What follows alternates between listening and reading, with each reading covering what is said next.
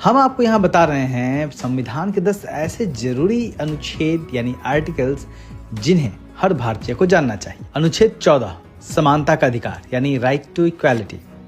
भारत का हर नागरिक कानून के सामने बराबर है।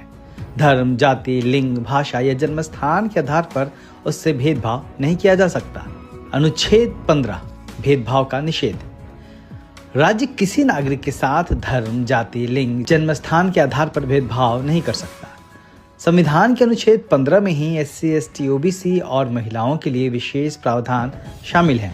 अनुच्छेद 17 अस्पृश्यता का उन्मूलन कानून। किसी के साथ जाति या धर्म के नाम पर भेदभाव अपराध है।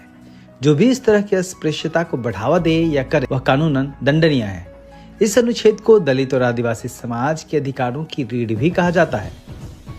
अनुच्छेद 19 भारत के हर नागरिक को 6 मूलभूत स्वतंत्रताएं देता है। यह अनुच्छेद हर भारतीय को अभिव्यक्ति, आंदोलन, संगठन, पेशा चुनने और मूल स्थान परिवर्तन करने की स्वतंत्रता देता है।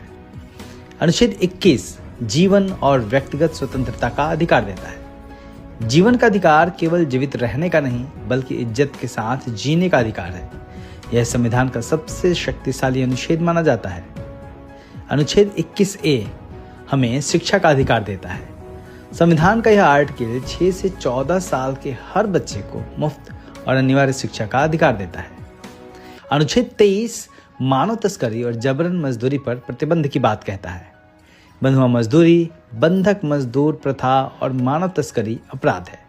SC, ST समाज को सालों बंधुआ मजदूर के रूप में प्रताड़ित किया जाता रहा है।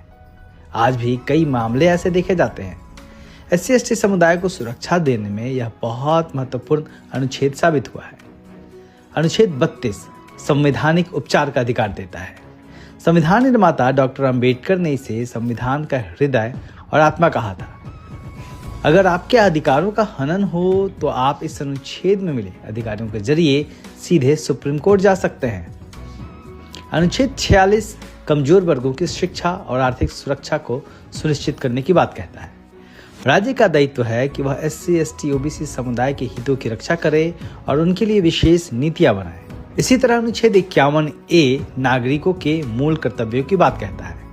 जहां संविधान भारत के हर नागरिक को विशेष सुविधा देता है, वैसे ही नागरिकों से कुछ उम्मीद भी करता है, जैसे संविधान का पालन, स्त्री सम्मान, वैज्ञानिक सोच, पर्यावरण की रक्षा और राष्ट्रीय एकता आदि। इस तरह 26 नवंबर का दिन यानी संविधान दिवस केवल एक औपचारिक दिन नहीं, यह हमें याद दिलाता है कि हमारे अधिकार